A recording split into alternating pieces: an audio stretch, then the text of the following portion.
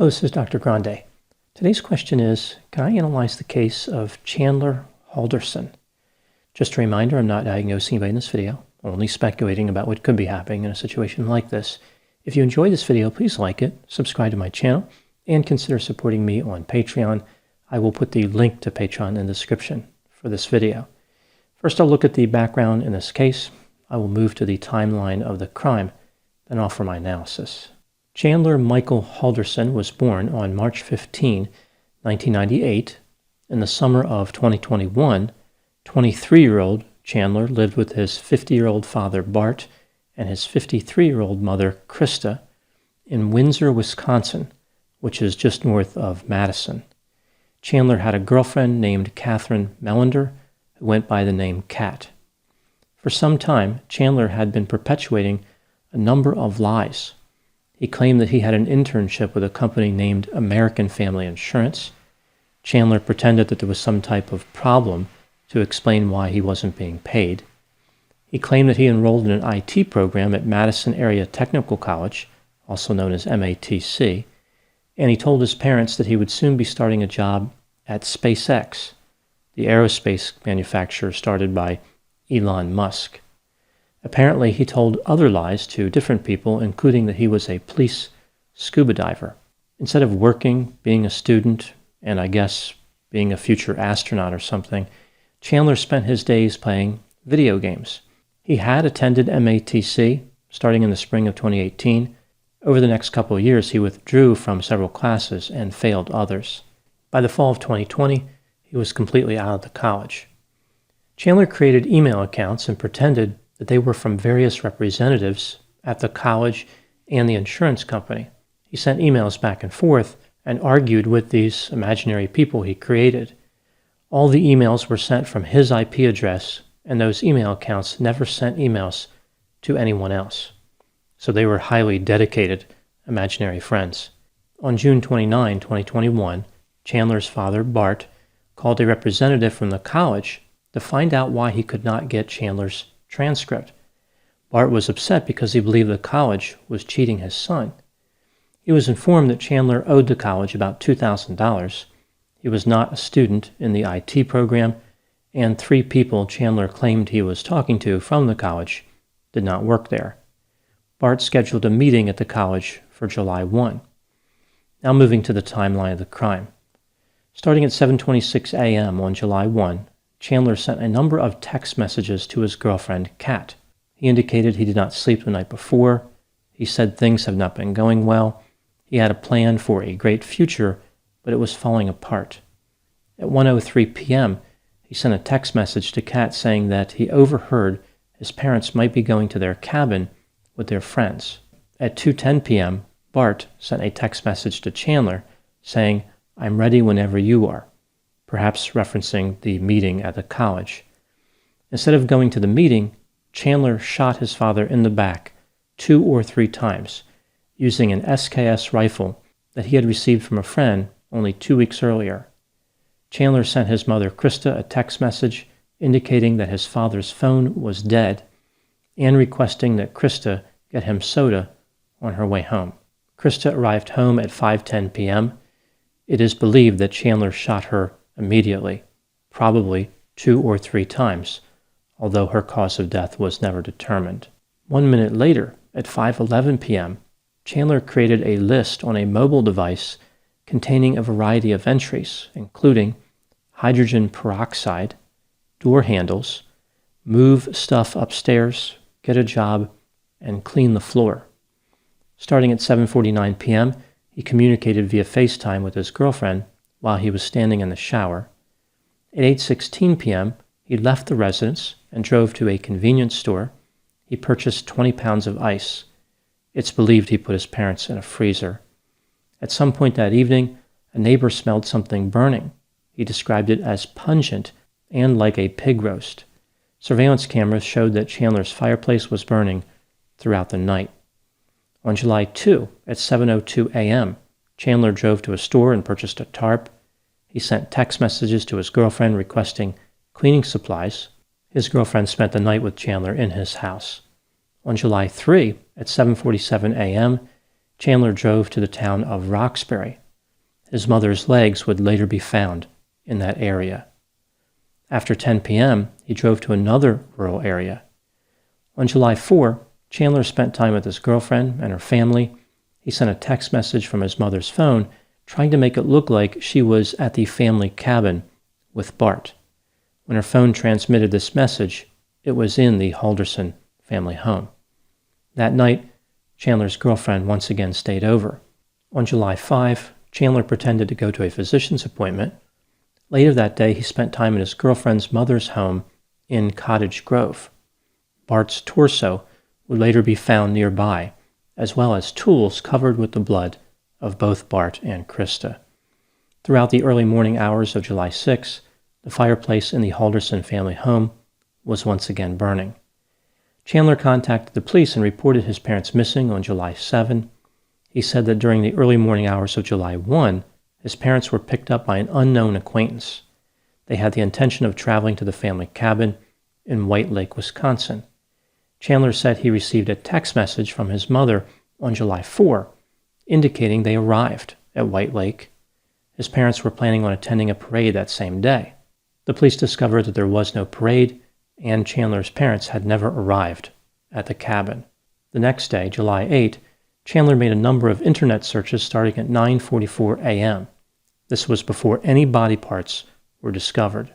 Here are the terms he searched for: body found, Wisconsin; woman's body found in Wisconsin; Wisconsin dismembered body found; dead body found in Wisconsin; body found in the Milwaukee River, 2021. After 3 p.m., he searched the term Bart and Krista. Chandler was arrested that same day after the remains of his parents were discovered. He was charged in connection with their murders. In January of 2022, Chandler was convicted of 2 counts of first-degree intentional homicide, 2 counts of providing false information about a missing person, 2 counts of mutilating a corpse, and 2 counts of hiding a corpse. At the time making this video, he has not been sentenced, but the mandatory sentence for the murder convictions is life in prison. At the upcoming sentencing hearing, the attorneys will be able to argue whether Chandler will ever be eligible for parole. Now moving to my analysis. Was Chandler Halderson actually guilty? Let's look at the factors both for and against the idea of guilt, starting with the inculpatory evidence. Both his parents were murdered, and their remains were found in various places around Wisconsin, including in the fireplace of the Halderson family residence and in rural areas that Chandler visited around the time of the murders. In the basement of the Halderson family home, a number of items were recovered, including a bullet covered in Bart's DNA, blood from both Bart and Krista, and a case that had been in Chandler's rifle when the cartridge was discharged. The blood of Chandler's parents was found on his shoes, the fireplace, an axe, a freezer, and on the tarp that he bought at the store on July 2. The tarp was found near one of the disposal sites. It also contained Chandler's fingerprint. Chandler's rifle was found near where his father's torso was found. Surveillance cameras on neighboring houses completely covered the area around the Halderson family home. His parents were never seen leaving the house. Krista's phone was found wrapped in aluminum foil in a shoe under a shelf. Chandler made internet searches about bodies in Wisconsin. He asked his girlfriend for cleaning supplies. He created a to-do list that included cleaning the floor and buying hydrogen peroxide. Chandler acted suspiciously for days. As far as motive, Chandler told a number of lies leading up to the murders. His father had uncovered some of the deception, and his mother was about to find out. Moving to the exculpatory evidence, there are no witnesses to the murders and no video. Chandler had no criminal history. The time of death for Bart and Krista was never determined, and Krista's cause of death is not known. That's about it for exculpatory evidence. There really isn't an alternate theory of the crime. When considering all the evidence, do I think that Chandler was guilty? There is virtually no doubt that he's guilty. This is one of the few cases that can really be characterized as having overwhelming evidence of guilt. Chandler's public defender did try to help him. During the closing arguments, which lasted only about 30 minutes, she admitted that Chandler lied all the time. She tried to say those lies didn't really matter. All young people lie to their parents. She said she believed the state had proven some of the charges against Chandler. She tried to argue that perhaps there was no premeditation for the murders, so this was not intentional homicide. It was some other type of homicide. She suggested that perhaps it was an accident. The accidental shooting defense is possible when there is one victim who is shot one time. But this case featured two victims, one of whom was shot multiple times. Most of the time when a victim is accidentally shot and killed, the perpetrator does not dismember their body and scatter their parts all over the area. I guess one could argue that Chandler shot his father accidentally, and then his mother came home and slipped on some of Chandler's imaginary scuba diving gear or something. It's just difficult to find any scenario where Chandler is not guilty. What do I think happened in this case? This is just a theory, my opinion. Chandler Halderson was impulsive, reckless, self-centered, grandiose, arrogant, and overconfident. On his LinkedIn profile, he listed one of his abilities as critical thinking skills. Chandler wanted to be successful, but he did not have the corresponding work ethic. He desperately wanted people to believe that he was important and special. In particular, he wanted to impress his parents. Somehow, he thought that impersonating a scuba diving SpaceX employee was the best way, which kind of validates any concerns his parents may have had about his abilities. He wasn't even good at making up believable lies.